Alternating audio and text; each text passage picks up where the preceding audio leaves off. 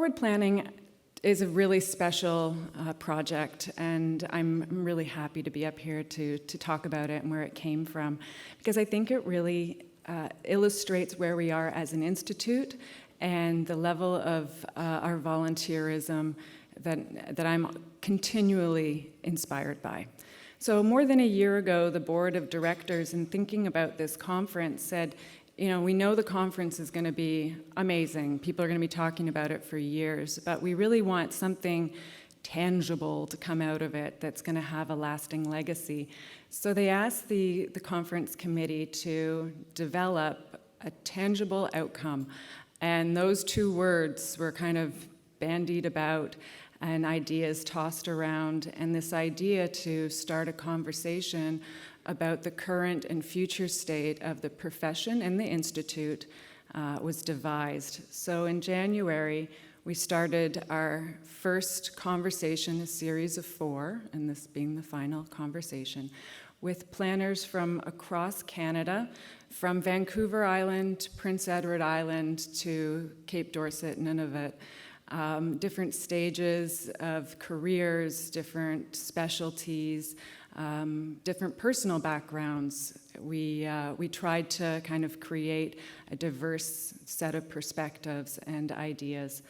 And I think it's been really exciting. The first 3 conversations took place at the National Capital Commission's Urbanism Lab. They were all held in front of a live audience and live streamed, and they're all recorded for you to see, if you haven't seen them already, on the CIP website in perpetuity. I actually think it's great material for students and academics as you want to talk about some philosophical perspectives maybe of the profession. I also want to thank the tremendous leadership of our volunteers. Francois Lapointe was just instrumental in shaping all of this and continues to be involved in this project, because while this might be the final conversation, it's not the final product. So we have more planned for this, with a final wrap-up date planned for November.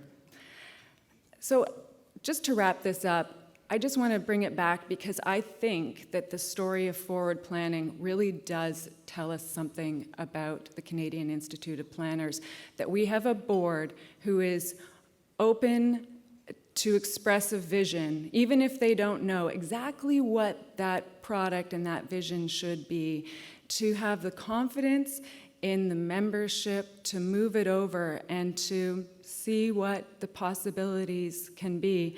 And we have a volunteerism and spirit there that's willing to take on ambiguity and, just figure out what those possibilities are and then put the time and hard work into executing them. And I think that that's a perfect place for this organization to be as it celebrates 100 and looks forward. So, there's been a few maybe bumps along the way, but man, you guys are awesome. And I just wanted to have the opportunity from my perspective to tell you what I'm seeing, because this is a strong organization and you guys should be proud of yourselves. And today's conversation is going to give you a glimpse of that strength that can be found in each one of you. So without further delay, I invite our panelists and Leela up to the stage, and we're going to get started on this final conversation. Thank you. Kwe. Hello. Bonjour. My name is Leela Viswanathan. I'm an associate professor and director of the School of Urban and Regional Planning of Queen's University in Kingston, Ontario, and I'm a registered professional planner. And it's such an honor and pleasure to be with you here today and with our esteemed panelists. This is the 4th and final public conversation of the Canadian Institute of Planners Forward Planning Project, where we engage with a panel of planning practitioners who reflect upon their practice, past and present, and share their future forward insights about the profession. The forward planning conversations are about where we've been, where we're going, where we actually are, but also where we need to be and where we need to be going, so looking into the future. And in the previous sessions, we've explored a wide range of issues including engagement, messaging, creativity, adapting to future challenges, reconciliation, improving diversity within the profession and in the environments we have a hand in shaping.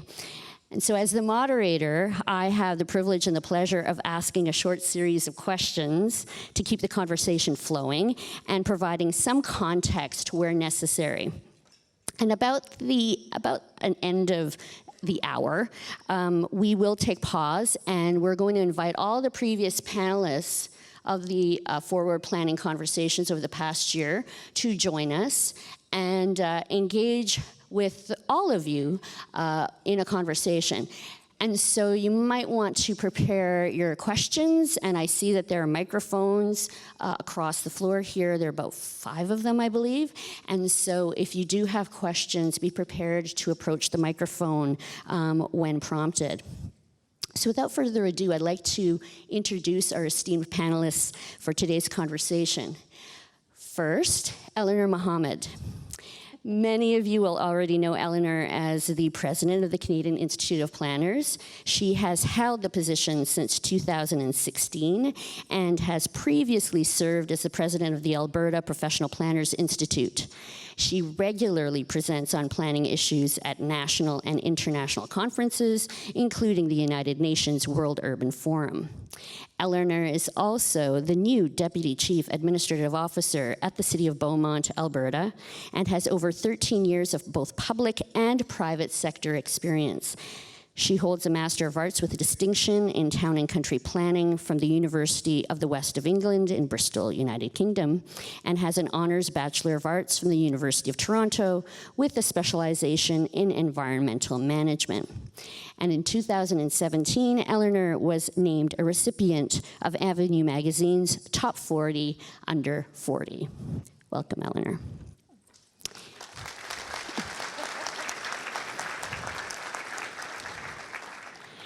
And furthest to my left, your right, we have Larry Beasley.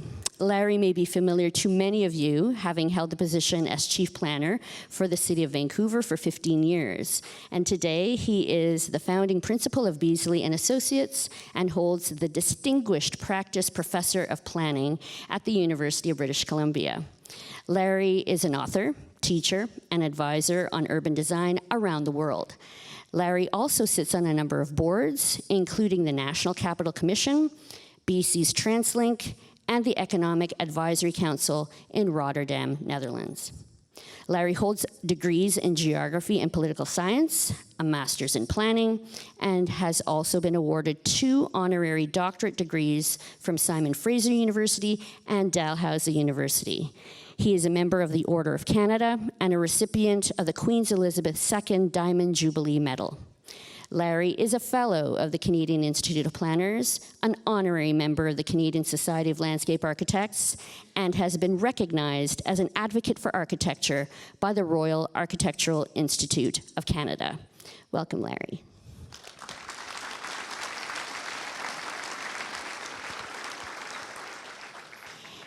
And finally, welcome Alecia Boddie. Alecia has joined us all the way from Cape Dorset, where she has worked for the government of Nunavut since 2014. Alecia is the community planner for Qikiqtaaluk Baffin region, where she is responsible for delivering planning services to 12 communities throughout the region. From updating community plans to facilitating public consultations to navigating municipal approvals and everything in between, she supports hamlets, clients, and stakeholders through planning processes. And given this wide range of experience, Alecia is a northern planning polymath. Say that 10 times. Alecia studied political science and history at Western and received her master's in planning and development from the University of Guelph. Welcome, Alecia.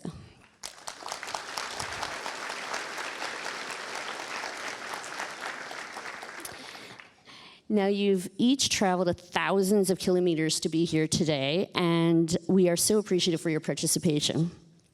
But I'm going to get started. So my first question has a fairly long preamble because I want to contextualize our overall conversation.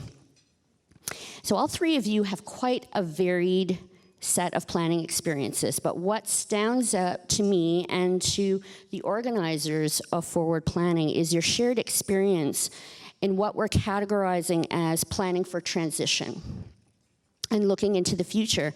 So planning for transition, by that I mean planning that will ultimately prove to differentiate the future from the past. The CIP, for example, has illustrated possibilities for planning for transition through various policy documents recently: climate change, healthy communities, and truth and reconciliation, which all involve subtle, but more importantly, strategic shifts and pivots in how we look at and approach these important issues and phenomena. Briefly, I mean, Larry, your work has transformed Vancouver's downtown and has been internationally renowned for those changes, the transitions that have occurred.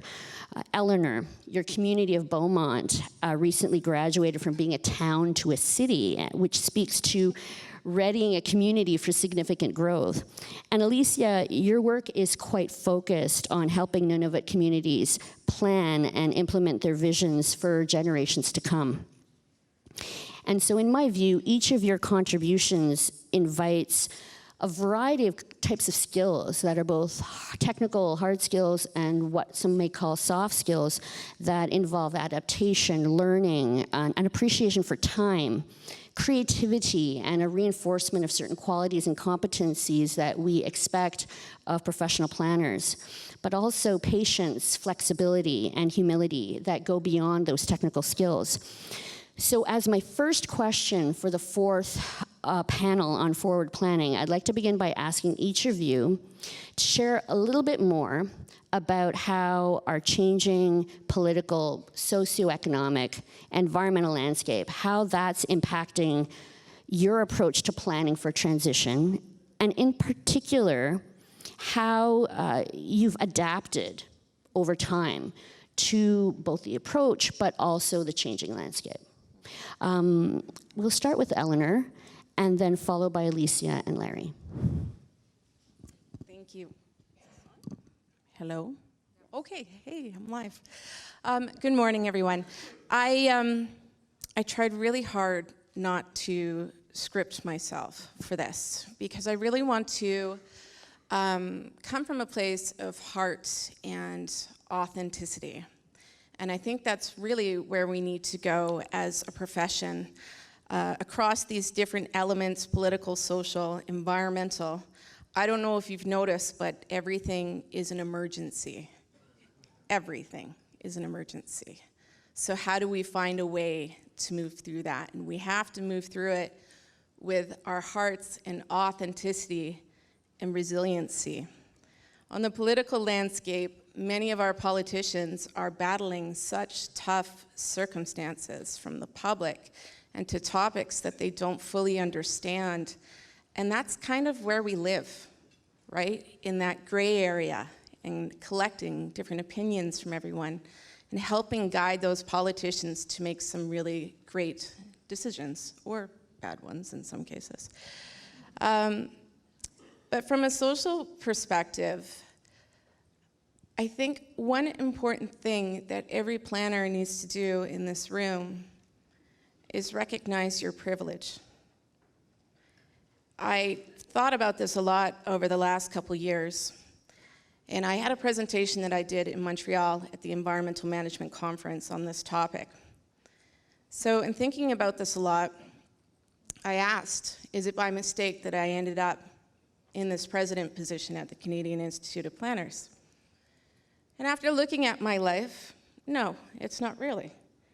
I was born in Canada. My family, was wealthy. I went to good schools, went to the University of Toronto, clean water, no disease, relatively no trauma until my last year. And then I was thinking about also when I turned 26 and I married my husband and took on the last name Mohammed. And then all of a sudden became someone who shared a name with another, can you believe it? Another Eleanor Muhammed on the no-fly list. And then all of a sudden, my reality changed. And all those times that I had coasted through airports and everywhere else around the world, all of a sudden became very difficult. and I was being searched and overanalyzed because my last name was Mohammed.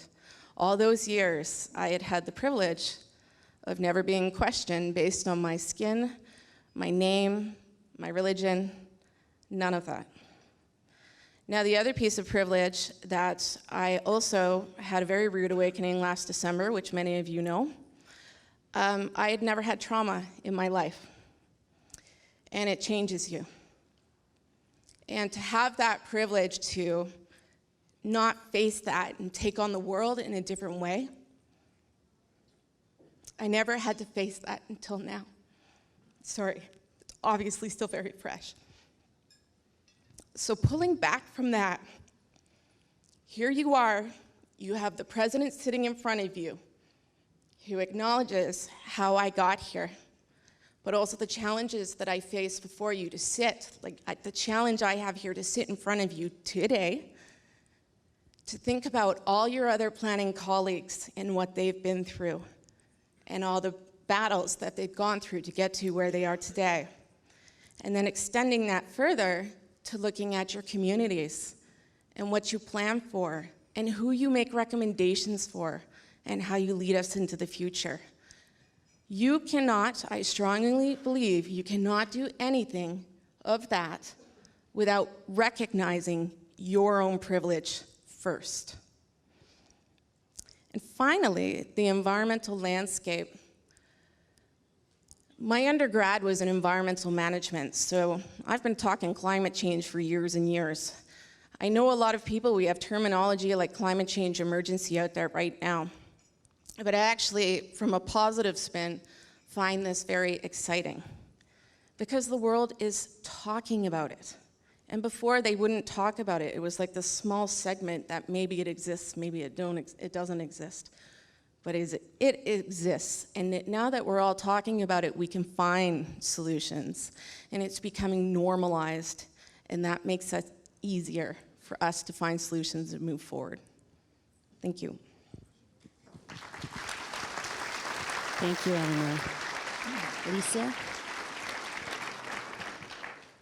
Thanks for sharing that. That was amazing.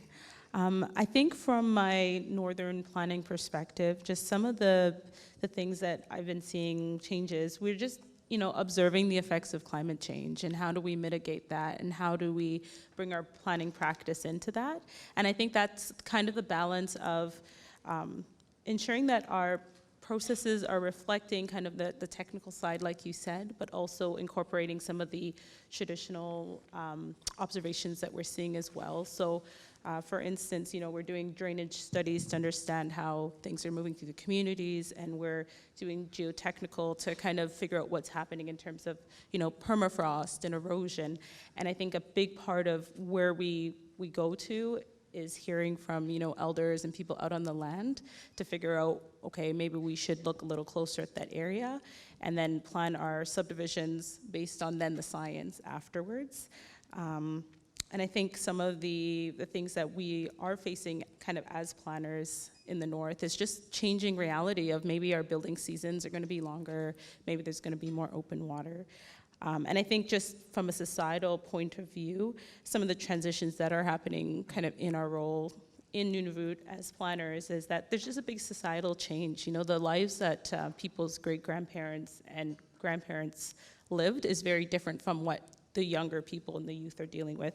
So I think as planners, we almost have to have a generational view of how we interact with our public and how we gather information, because it's almost like there's two different realities that people are facing. So I think it's really reinforced my people-focused view of planning, and that we really need to be in communities and listen, and just that hands-on approach as a northern planner. Like if there's things that I see an issue, I solve it, even if it's not really what a planner should do. And I think just my own flexibility within all that. So you just kind of have to go with it and hope for the best. And I think as a northern planner, I'm sure other ones in the room could attest to this. And even other planners, like you kind of just make it work, be flexible, work within legislation, and then the rest can be creative.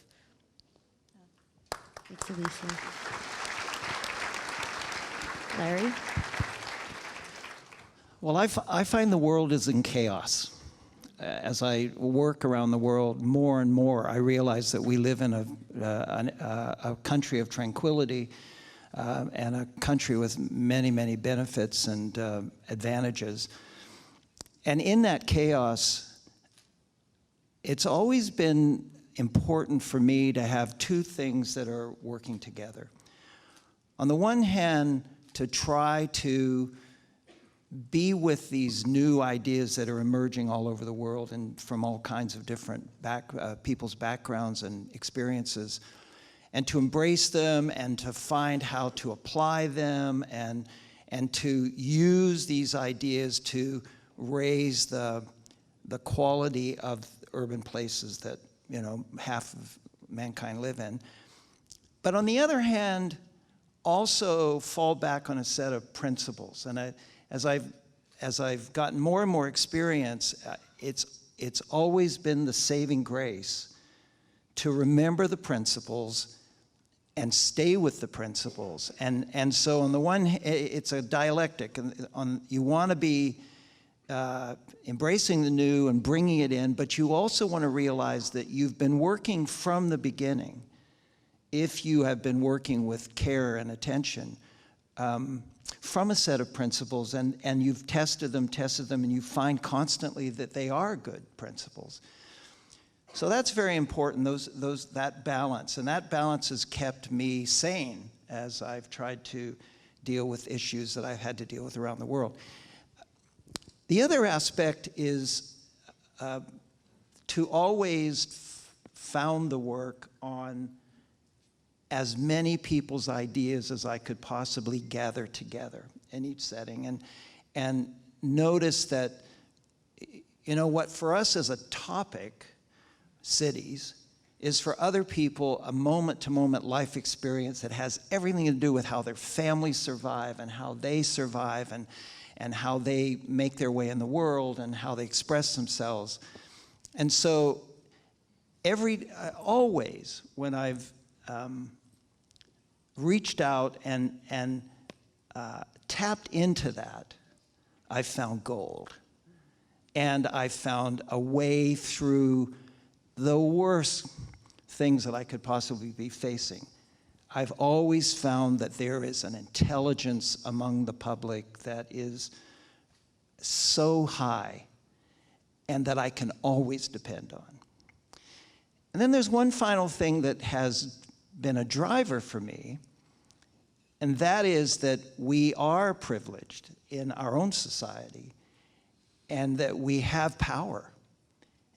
And it's very important to use that power to assist the least advantaged of us in our society to find a place. And I don't know how you feel, but I find that over the last 50 years in our country even, with all of our advantages, we have a lot more people that are losing ground, that are not being cared for, that find themselves on the streets. And so our job, I think, is to be there and to support and try to deal with those issues. I met a woman a couple years ago. Her name is Ethel Witte. She's a planner, but not quite a planner. And she dedicated her power and time to the homeless people of Vancouver. And we have a lot of homeless people in Vancouver. And she said, what this power I have, I'm going to use it to build housing. I'm going to use it to start programs. So she didn't just talk about policy. She made change happen, and she made it happen to the people she felt were most in need of her clout, her power, her intellect. And you have to admire that. And it reminded me that as we move into transitions, which we're always doing in this profession, to always feel that there's a piece of you which you must dedicate to that agenda. And so, yeah, we'll have the great new inventions and we'll integrate them in. We'll have the fantastic engagement with thousands of people, but let's also make sure that we keep some piece of our prowess for those who really need us. Thank you. Thanks, Larry.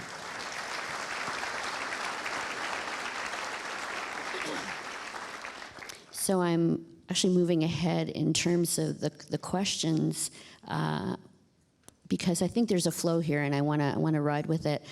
I feel like each one of you has addressed issues around privilege and in terms of role in your own way. Each one of us is embodied differently. Each one of us has different lived experiences, and to bring all of ourselves to planning can require a great deal of courage, tenacity, and finesse. And so I want to ask a question that really brings forward this idea of the humanistic components of planning and to understand our roles in terms of engaging with the variety of individuals as diverse or more diverse than the wonderful people I have in front of me right now. But over the past year, during our forward planning conversations, we've been exploring topics related to engagement and how planners must listen and build meaningful relationships. What does it actually mean to build meaningful relationships and to strive to truly understand the diverse communities with whom we work and have the privilege to work with? So in other words, we've been considering scenarios where planners don't just work with or simply plan for different communities, but how do we plan with different communities? And if done well, the resulting plans can reflect a commitment to the communities with whom we work. It can foster a shared understanding amongst residents, planners, and officials.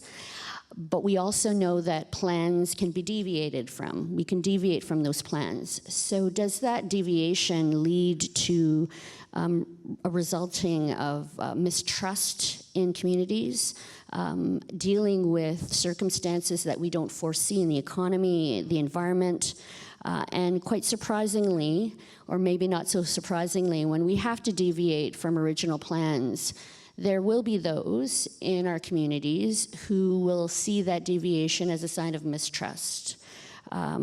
And so this question that I'm going to ask has to do with the kind of courage that planners have to embrace in order to deal with uncertainty. So my question for each of you is, when you're undertaking a planning initiative that moves your community in new directions and somewhat controversial directions, how do you steer forward? How do you bring people with you? How do you personally cope with the stress of, I'll say potential in brackets, negative opposition? And I'd appreciate if each of you took a few minutes to respond to the question. We can start again with Eleanor, then go to Larry, and then Alecia. Thank you. That's a good question. I'm going to take it from a little bit of a different approach. And what I'm about to say, I am speaking to the leaders in this room, the managers, the directors, those who hire or planners, take care of planners. In order to engage your community in a really good way, your planners have to be mentally sound and healthy. You need to have a positive culture in your organization. Those things don't happen by accident. You have to work on them. You have to inspire your planners. You have to make sure that the planners you hire have that spark. That spark is harder to find than you think. Many of us settle into our careers. Maybe we've been beat up one too many times, and just kind of coasting our way through. Like, we have to find that passion. And if you are a manager or a director, it's part of your job and your role to help your planners have that passion and to make sure that they're living their best life at work so they can serve their community and serve the company that they work for. So that's the first step before you even start looking externally. Now, any good planner in here, any great planner in here has had their name of lights and been torn down, usually in the public through newspaper, social media. In Beaumont, we have a lovely website, an unofficial website called Beaumont Talks. where they will kindly take your emails and repost them and comment on them. So they're very engaged. There's a positive side to that, is our community is very, very engaged, which is good, right? So in terms of change and moving things forward, from the very beginning, it's engage, engage, engage. But that educational component has to happen as well with your political officials and with the community, at least not to guide them where they're going, but to help them understand the process that you're going to work through and what you think could be accomplished by this process. I think many of the planners in this room understand the importance of engagement. So I'm going to swing us in a little bit of a different direction here. With all the things that are going on in the world, I always love to read the Twitter feed, but I don't often chime in on planning matters because I'm one of those people, I can't let it go. So I'll keep going. Maybe we need to change the way that we think. If our plans are regulatory, we're coming back and we're amending them all the time, losing trust in the community.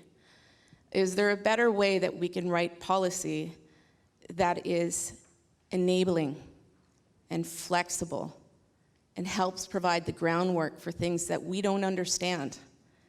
And right now, there are a lot of pieces that we don't understand. And it's moving at lightning speed. So you can start a planning process, and by the time you get to the end of your planning process, the context has already changed. So how are you expecting to produce a plan that's going to last 5 years without you going back to adjust it? I think it's unrealistic. I'm obviously being provocative, but this is something that we need to think about as a profession, that the tools that have served us up to this point may not be the tools that serve us moving into the future. Thank you.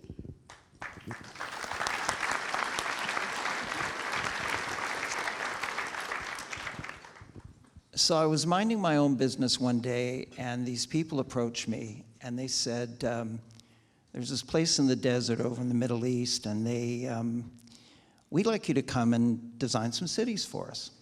And I said, oh, that's kind of interesting. And so I thought about it, and then I went back to them, and I said, well, I could do that for you, and spend a lot of money. And of course, this was the only place I've ever seen in my life where there was no budget limit, so that was good. But that's not what you need.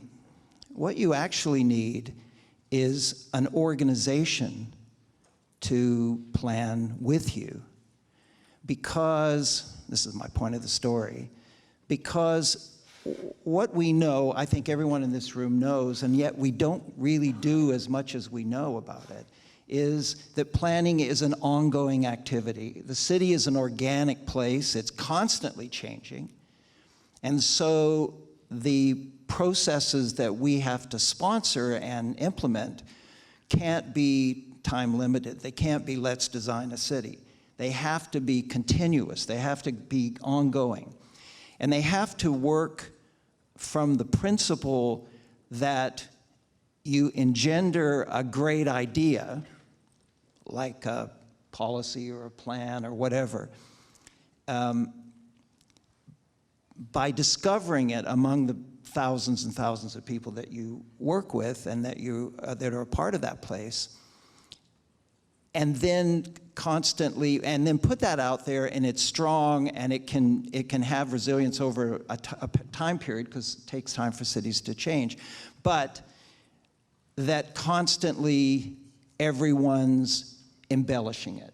Everyone is adding to it. Everyone, and slowly the idea changes more than you thought, just because it is a collective activity or action that's underway.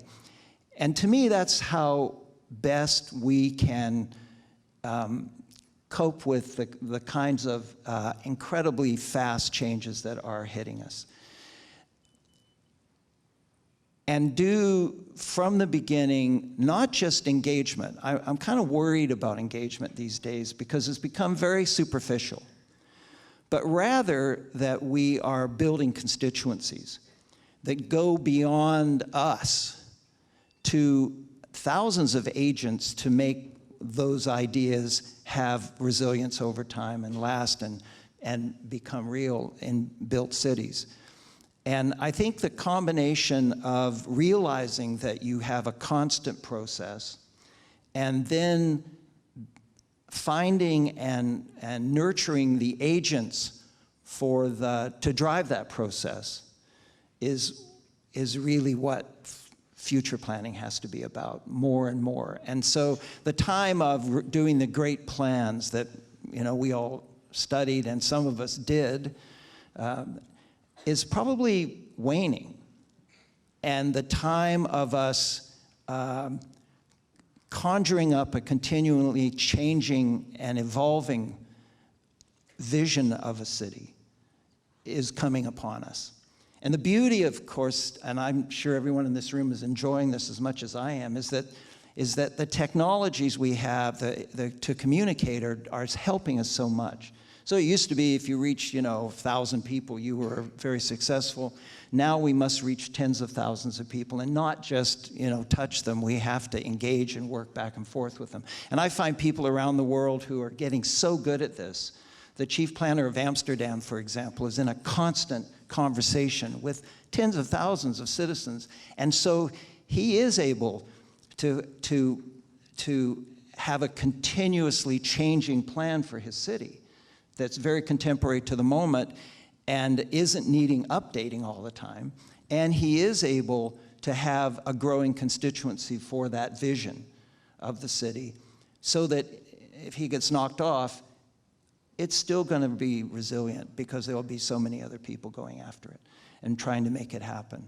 And so I think that's where we need to marry our basic ideas about cities with this incredible technology to really form a collective in our cities to conjure up the idea of the future city and then to make it happen, to then put all the elements in place one by one. Thank you.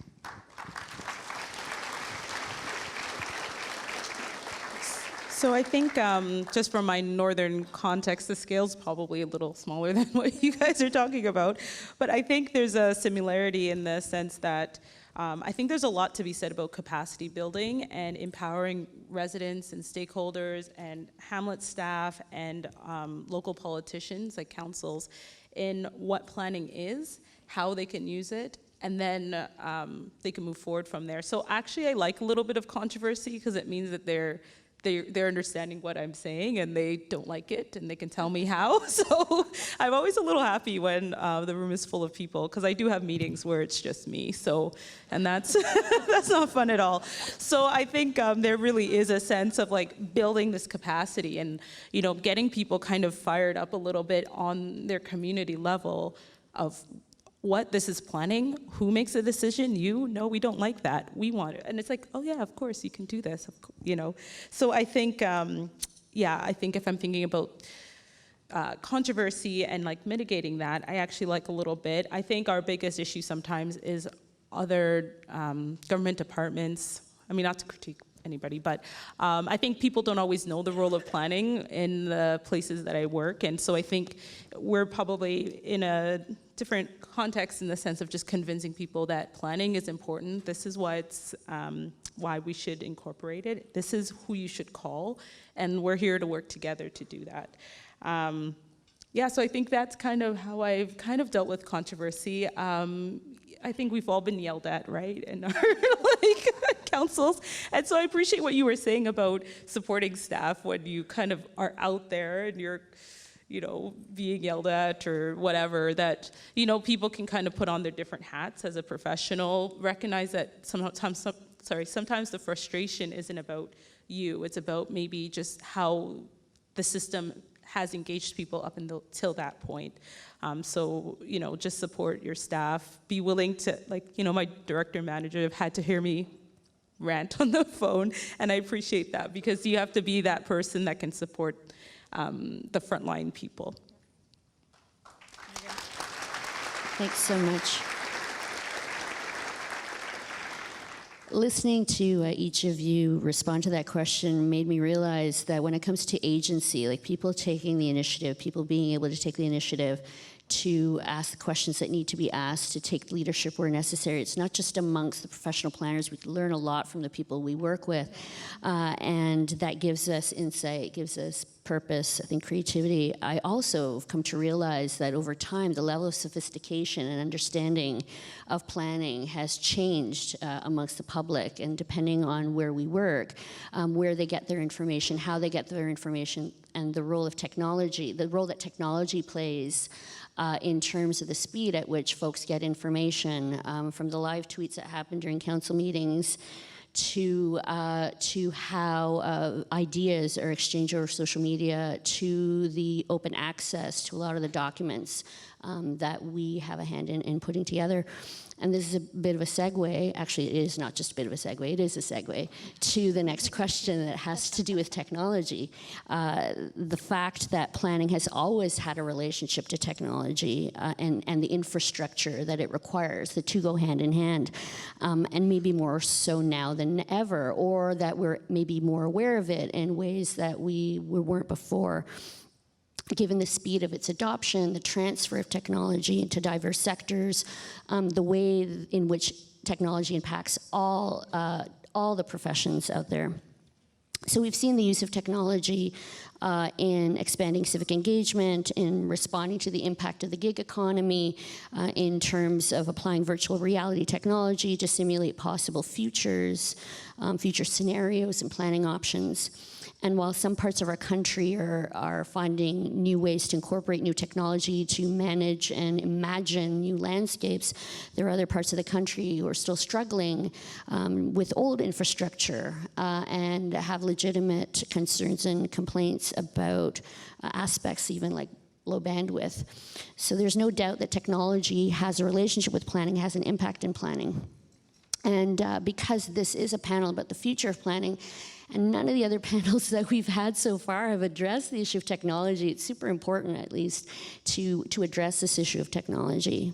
So I'd love to hear from each of you briefly how technology is influencing and shaping your work. And I would say even the world around you. I mean, we're not living in our own planning bubbles where we engage with life outside our planning offices. So how does technology shape your work today? And if you had a crystal ball in front of you, where do you see us heading in terms of technology and planning? And we'll start with Eleanor again. Thank you. So if you had asked me this question last year, I would be sitting up here squirming and panicking. Technology for the planning profession right now is a real blind spot. We're not looking at or figuring out how this is coming to hit us, and it's going to hit us in so many ways. Last year, in February, because of my role with CIP, I was asked to moderate a session in Edmonton about autonomous vehicles. And I thought, I can moderate it. I mean, I can help facilitate a conversation. I don't need to know about them that much. It's fine. So I went in, I did it. It was cool. 6 months later, I get a phone call from the Alberta Urban Municipalities Association, and they say, hey, we want you to come and do a presentation about autonomous vehicles. And I said, are you sure? Because I don't really know much about them. You realize I did just moderate that session? Like, this is, just because I'm the president doesn't mean I know everything about planning and I'm an expert in everything. And they said, just give us a broad presentation and come in. So I did, and it went well. It was actually, in terms of presentations, autonomous vehicles has been my favorite subject ever to present on, because the look of shock on people's faces when you talk about the impacts of them, it's just, it's a wonderful feeling. Get out there and start talking about it. It's a lot of fun. So I brought that presentation back to our community in little old Beaumont. We're about 19,000 people. And one of our staff members is connected to someone at Pacific Western Transportation who happens to be piloting an autonomous electric shuttle in different communities in Canada. It had been in Edmonton, Calgary first, Edmonton, and then Surrey, BC. But the autonomous vehicle was always being run on public property. easy to control, not a lot of variables, pretty safe. So Beaumont, being this wild little community in Alberta, we were looking for ways for economic development. It's very difficult to compete with large cities, obviously. They have a huge amount of resources and money to invest in such things. But we thought, hey, why not pilot one of these autonomous shuttles in Beaumont? And not on public land, on our public street. And let's get it in with traffic and see what happens.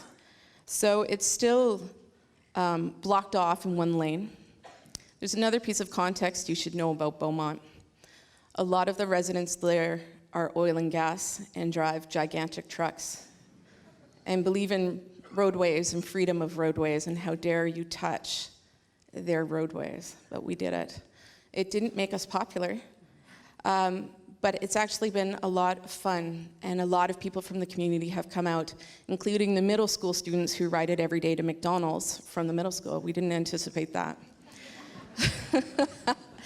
But my point is, other than the coolness of running this pilot project, here is little old Beaumont 19,000. Using technology, we were able to get attention to our community on the international front through social media. 2 weeks ago, we had a Chinese delegation come to our community to talk about how you plan and regulate autonomous vehicles. Come on, we're 19,000 people and in a community like that. The City of Toronto reached out to us to get our feedback on their autonomous vehicle tactical plan.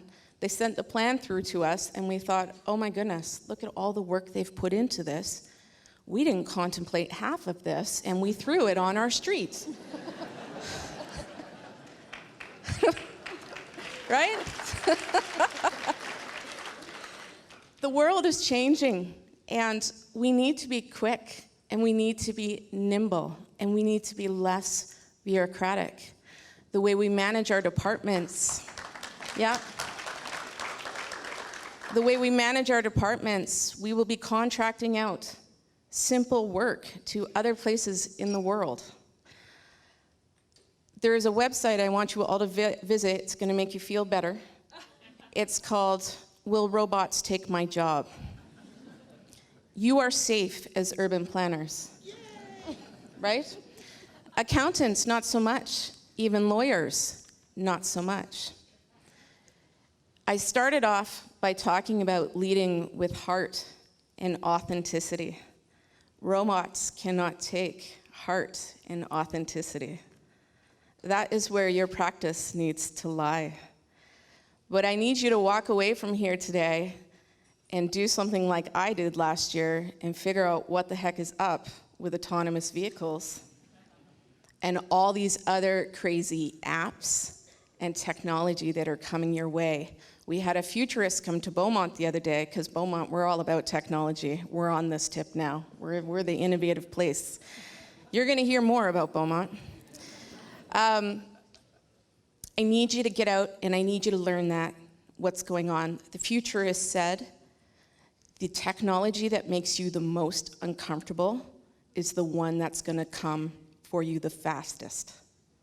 So think about what's making you squirm, and soon that's going to be your reality. So you need to jump on board.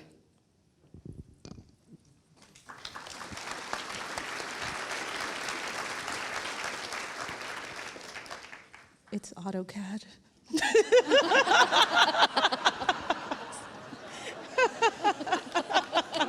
Okay.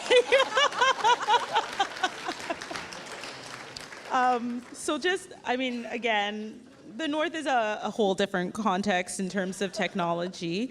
Just to give you context of, I guess, kind of our access. When I started 5 years ago, the internet plan that was available was 10 gigabytes. So I didn't do anything for like a few years. But now we have a new Bell system, a new Bell cellular tower came. It just came in December. So now I have LTE. I have 100 gigabytes of data. It's amazing, but there's still a barrier because you have to sign up for a plan versus the other type of internet. People can pay month by month with cash. So it does create a bit of a access issue with that. But I think we're on the cusp of a technological, like Nunavut, it's like, we're getting some new technology, and I think we're on the cusp of seeing what that's going to do in our communities.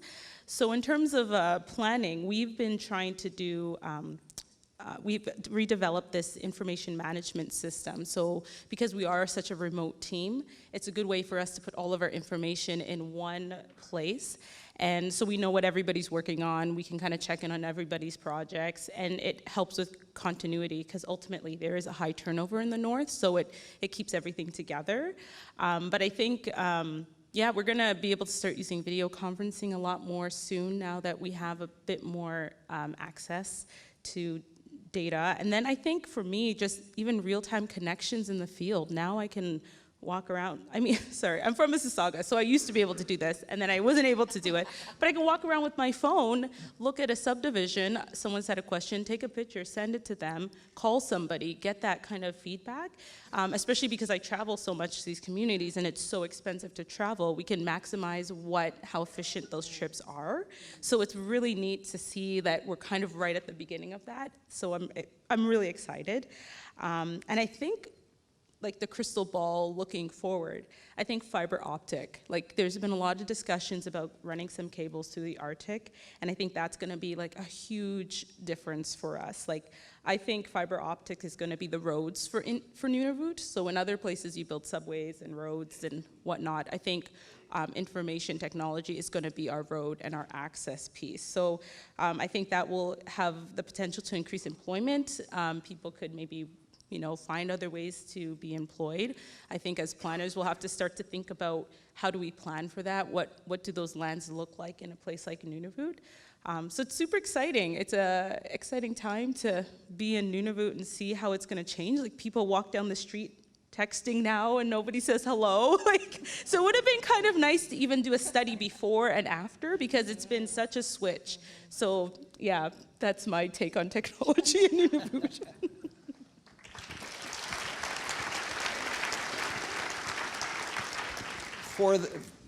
I would say for the first 35 years of my practice, I was pretty sure about the basic shape of a city. I was pretty sure about the basic functionalities of the city.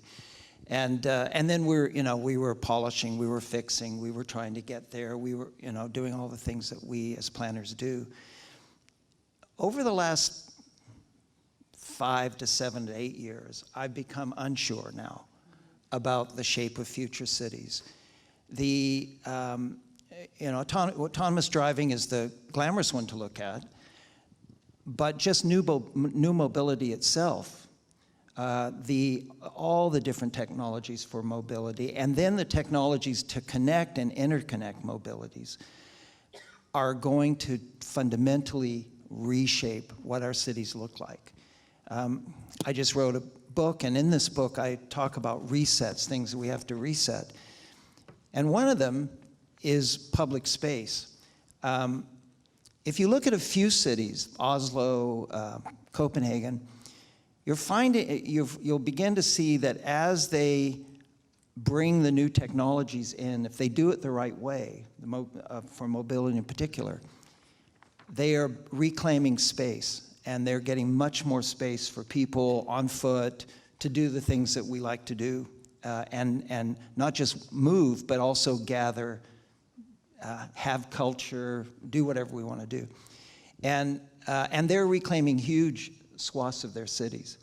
And that's going to start to happen if we embrace the new technology in a certain way. If we embrace it in another way, we know that we're going to have to take every bit of public space we can possibly find just to accommodate the spontaneous movement that will happen in so many different modes. So we're going to have to be more careful than we've ever been. The second aspect of technology, which I think is not very well rated yet among our profession, is the smart cities technologies, the information that we're going to be able to collect spontaneously, and the management we're going to be able to do of our cities spontaneously at a much greater intensity and density than we've ever been able to do before. Rio, for example, has been transforming the way it manages itself by applications of smart city technology. And what I'm worried about is I see this mostly happening outside our profession rather than in our profession. And I think we have to embrace that a lot more, because there's so many opportunities that come for us, I think, out of these applications. The third aspect, and it's the one that's really is our home turf, and it's a good one for us, is that as the cities change, there are all kinds of impacts that we've never started to think about. You know, it's always enjoyable for all of us, I think, to address directly the implications of those technologies, and oh, that's happening and this is happening. But what about all the spin-offs that are starting to occur? The technologies that are creating an underclass of under-tech people. You know, the technologies that are causing wealth to cluster more than even it did in the 20th century. And the other kinds of impacts, the victims that are starting to be seen from these amazing technologies.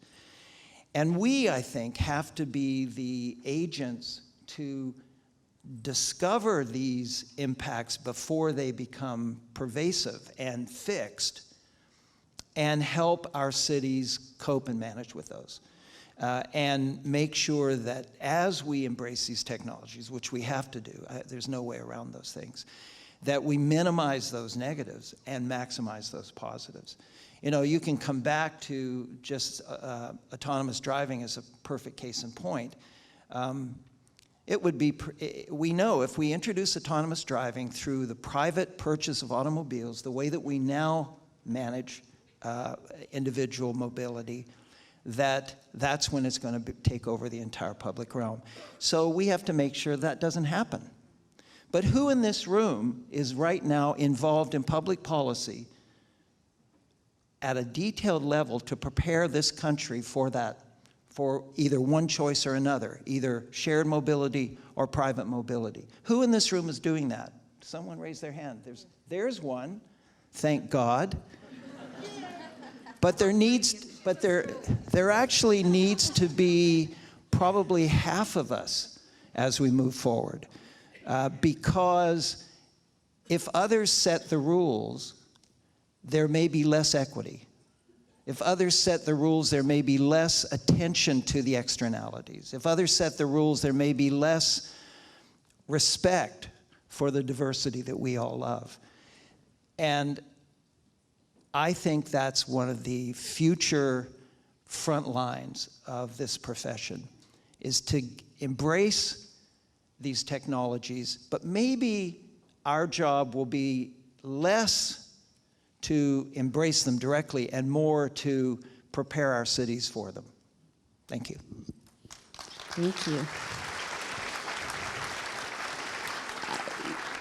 Each of you have spoken to the seductive nature of technology, the ability to embrace, but as much as we're turned to develop solutions, one of the most important roles we can play is to ask better questions of folks, and to seek that engagement, to come up with solutions by asking those critical questions, so that it's not a blind embracement of the embracing of the issues, but a much more critical understanding. I would love to hear from the audience, and if you do have questions, to take the opportunity to write them down briefly, and to make your way to any one of the 5 microphones that we have here. And in the time that we have remaining, I would like to invite all the previous panelists, the panelists from the past year at Forward Planning, to join us on stage. I'd like to find out whether this microphone can be turned on as well, because I will step from my chair and I can MC the conversation from up here. Yeah, okay, great. So if we could call folks to the stage. So we have 2 brave individuals, And I'm just going to start from my left and go to my right. So please introduce yourself. Don't be shy, introduce yourself. And when you ask a question, if it's for specific panelists, please say so. If it's for any of the panelists, open it up. Oh, actually, that's a great idea. Let's have everyone do a brief introduction of themselves. And I'm going to, there's a microphone in the back there? Okay, so we'll start with you, Jason. We'll pass the microphone to the back row. All right, is this live? Can you hear me?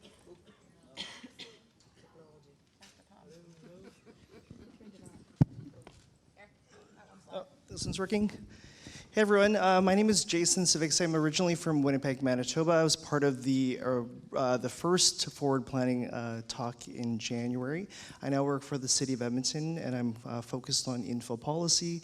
It's been a great series, I think, of conversations, and as kind of an emerging planner, I'm not fresh-faced, but I'm fresh to the profession. I just graduated in 2017 from the University of Manitoba in planning, so it's been an honor to share the stage with a lot of these folks who have worked in the profession, and it's been great kind of hearing the questions from the audience and other folks too.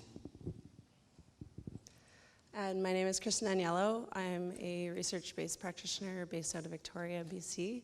I'm the Canadian Vice President of the Commonwealth Association of Planners and Chair of the Women in Planning Network. I'm also a Teach SDG Ambassador and the Regional Coordinator for the South Vancouver Island chapter of the BC Council for International Cooperation. And I sat on the panel with Jason in January and have followed the panels for the last several months, and they've been an excellent foray into the future of planning, so I'm happy to be here. Merci. Mon nom est Diane Imbeau.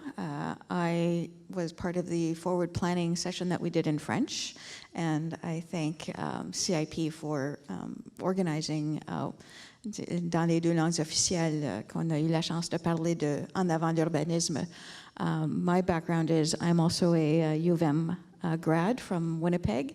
I work for CMHC and have, through a series of different experiences at CMHC, from market analysis to First Nation housing and policy, and now doing outreach for the National Housing Strategy.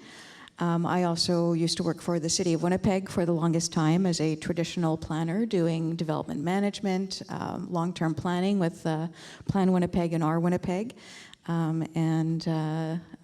Really happy to be part of the group, and merci beaucoup. I'm Catherine Marchand. I was also part of the French panel.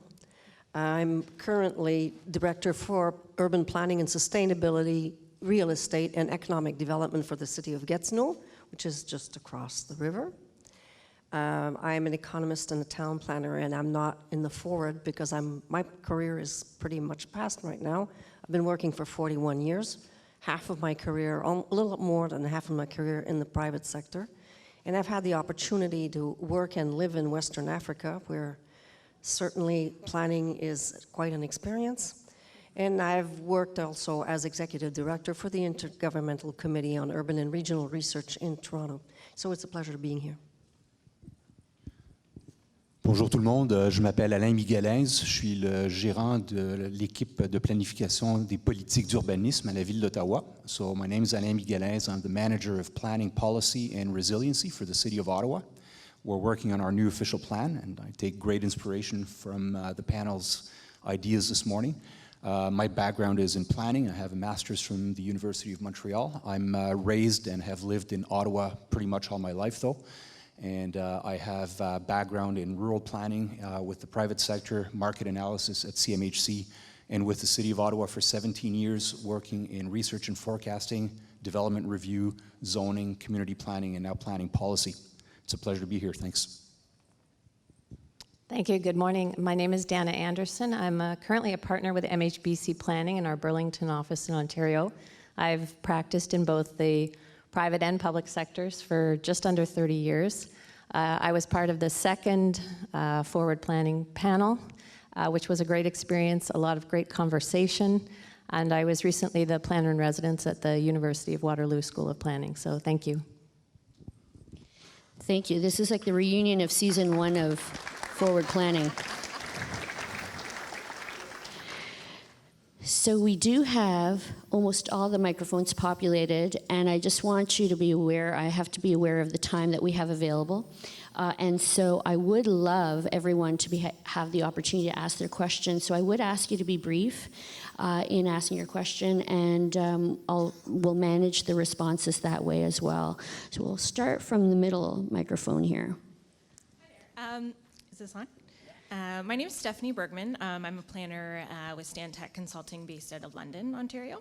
And it's something that I'm going to be speaking about later today, and it refers to one of the questions that were asked earlier, really about getting from vision to implementation and community change. So, you know, municipalities are so great now. You know, we do so much consultation through that policy development, and it's easy to kind of get on board with a vision. But when it actually turns into neighborhood change and development and working with the private sector to implement that, that's where a lot of that community opposition comes in, right? So I guess this isn't really a very brief question for you folks, but if you do have any thoughts for me, and again, you know, it's quite on my mind for my discussion this afternoon, but if you have any thoughts on that element of it, really getting from vision to community change and how to manage that from an engagement standpoint. I'm going to ask Dana to answer that question, if you don't mind, because I know in our panel we were talking about your experience in both private and public sector. You were talking about process and outcome as well, so I'm going to hand it over to you. Thank you, Leila.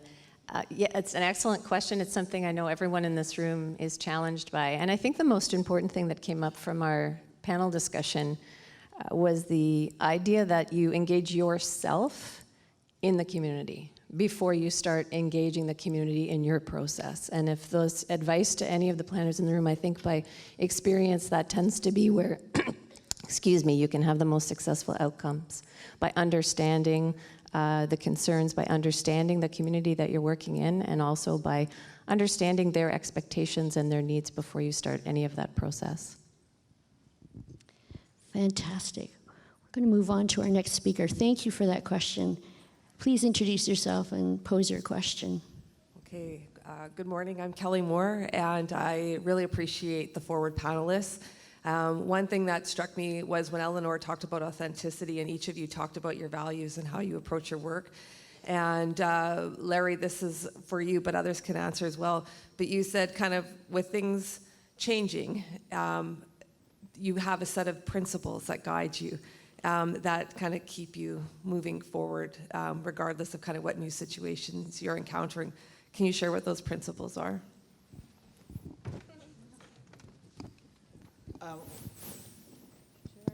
Hello?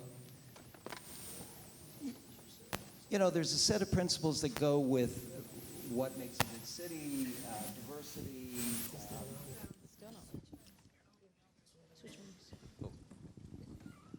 There's a set of principles that go with how to make a good city, things like diversity and that. And then there's a set of principles that go with how to make a good person. It has to do with your ethics, your sense of fair play, your honesty. So each person, I think, has to decide for themselves what that array is. And then they have to remind themselves of it, because when it gets tough, we start to compromise. And then they have to renew it. And then when the going is really tough, you can fall back on it. And I've felt every time when I was about to make maybe the wrong decision by going back and referencing those principles, if it was a substantive decision, I would go back to those principles of good cities. If it was a process decision, I might go back to the ethics.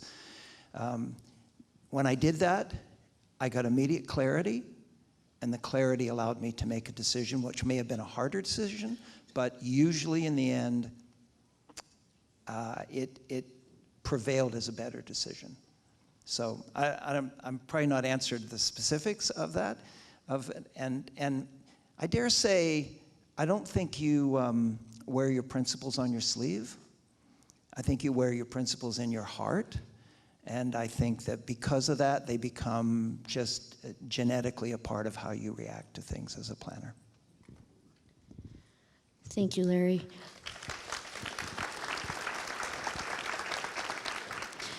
And regrettably, we're running out of time, so I'm going to allow for one more question so that we have time to wrap things up as well. Please introduce yourself. Hello, good morning. Hi, everybody. Thank you for that first panel presentation.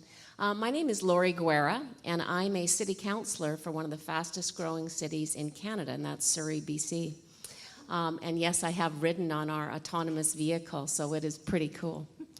I am also on the board at Metro Vancouver, and I'm part of the planning committee, and that's what I'm doing here today, as representing Metro Vancouver on their planning committee. I'm also chairing a task force on public engagement in the city of Surrey. And my question to all of you is, in one little soundbite, can you give me the best advice you can on what I should be really focused on, the most important piece to you on public engagement? Who would like to take the lead on starting the questions? Okay, Elaine's going to start off. I think we have to paint a picture that is clear and easy for people to understand of what it's like, that what life in a city in the 21st century is like, should be like, what we're shooting for. It has to be clear, easy to understand. I think we have to get off our pedestals and our jargon and relate to people much more directly.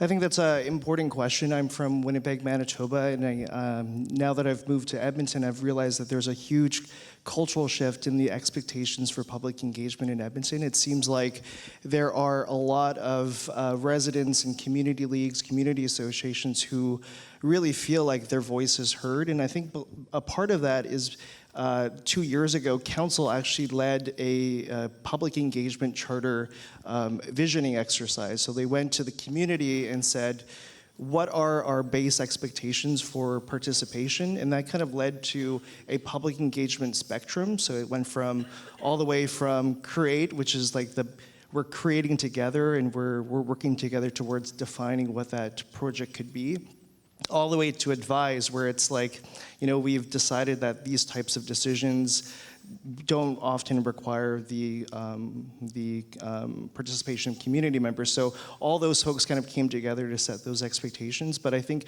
at the heart of it, I think what's really important is, one of my favorite quotes is, it's important to build relationships before you need them. And I think that there is something great that you're doing by involving folks to kind of set those basic expectations. I do want to comment, I loved Eleanor's comment about mental health, and we are practitioners who are often working in the field and talking to diverse perspectives, and I think from a racialized perspective and people who have lived experience, we're often out in the field and we're sometimes antagonized with and those things can be triggering for a lot of folks who have lived experience. So I think that is another thing to keep in mind, is when we think about public engagement to residents and to communities and to external residents, we should be thinking about public engagement internally and what that means for people who actually exercise or facilitate that.